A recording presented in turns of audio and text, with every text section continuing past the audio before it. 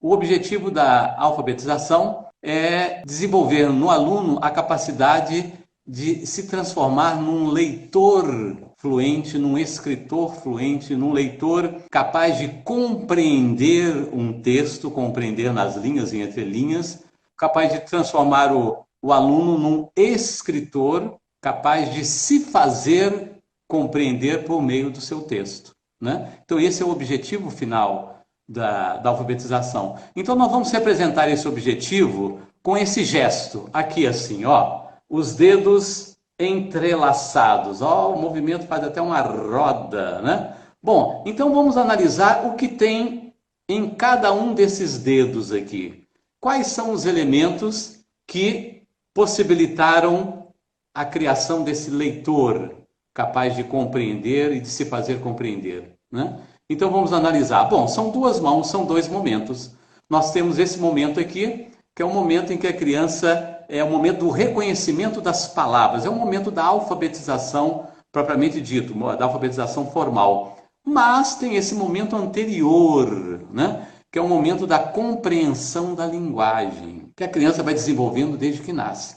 Começa aqui com as interações verbais, as conversas com os pais, tios, avós, com os cuidadores, os professores, né?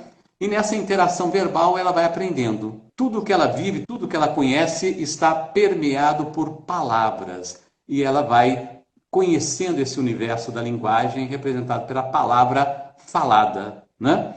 Ela vai recebendo essas palavras para poder depois expressar essas palavras. Com 18 meses, a criança aprende a falar, em média, lá com os seus 15 meses, né? Com 18 meses, ela já tem um repertório de 50 palavras. 3 meses depois, um repertório de 100 palavras. Quando a criança está com 6 anos de idade, ela tem um repertório aproximado de 14 mil palavras. É uma performance de 3 mil palavras por ano. Essa performance não ocorre mais na nossa vida, né? Então ela não só vai conhecendo as palavras, vai conhecendo a estrutura da palavra, a criança passa a não falar simplesmente mais mamãe brincar. Ela fala, mamãe, eu quero brincar. Mamãe, vem brincar comigo, né? Ela vai entendendo o universo das palavras. Quando ela escuta, por exemplo, vovó é um doce, ela sabe que não se trata de um doce real, é uma imagem, uma metáfora. Ela vai conhecendo, percebendo isso aí também, né?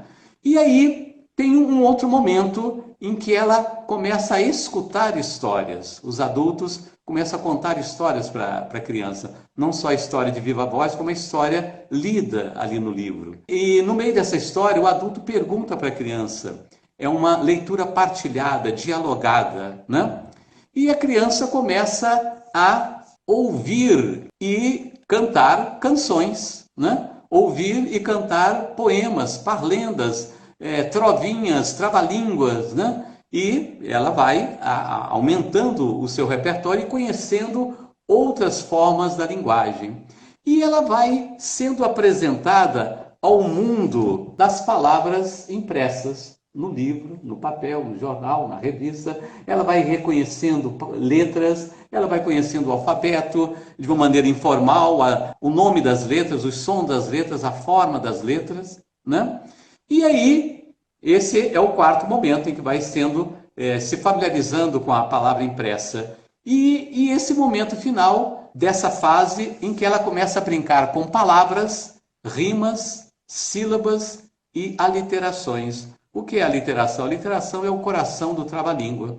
O caju do Juca e a jaca do cajau, o jaca da Juju e o caju do cacá. Paralelepípedo, repito.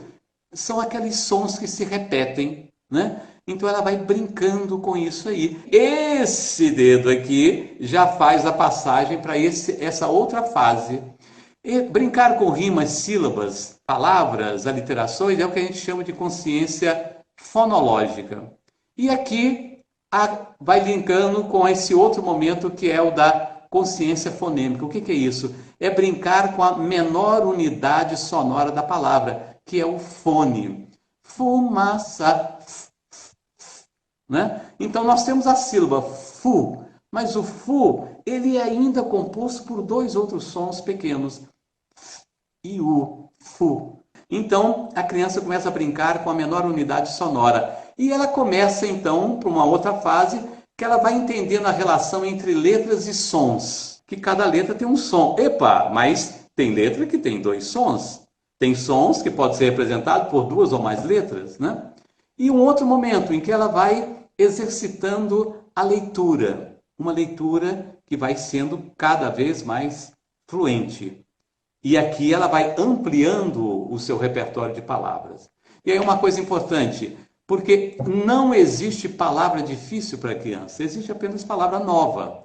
A criança tem todo o interesse do mundo em aprender palavras. Então, não seja econômico com palavras para a criança, né? Ela quer conhecer e à medida que ela vai reconhecendo as palavras, ela vai querer ler e entender as palavras. Até então, a gente chegar nesse momento final, que é o momento desse gesto aqui, em que a criança desenvolve uma leitura fluente e uma escrita fluente, capaz de compreender. E uma coisa importante é o seguinte, que essa habilidade de reconhecer palavras, ela deve ser desenvolvida de uma forma que a criança passa a reconhecer as palavras de maneira instantânea. É esse momento de ficar olhando, observando cada fone, como que ele se articula, é um momento inicial, é um momento muito ligeiro. É como a pista do aeroporto. O avião tem aquilo apenas para decolar, a partir daí não interessa mais a pista do aeroporto, né? Ela tem uma leitura instantânea. E por que é importante para a criança desenvolver essa habilidade de uma leitura instantânea? Por quê?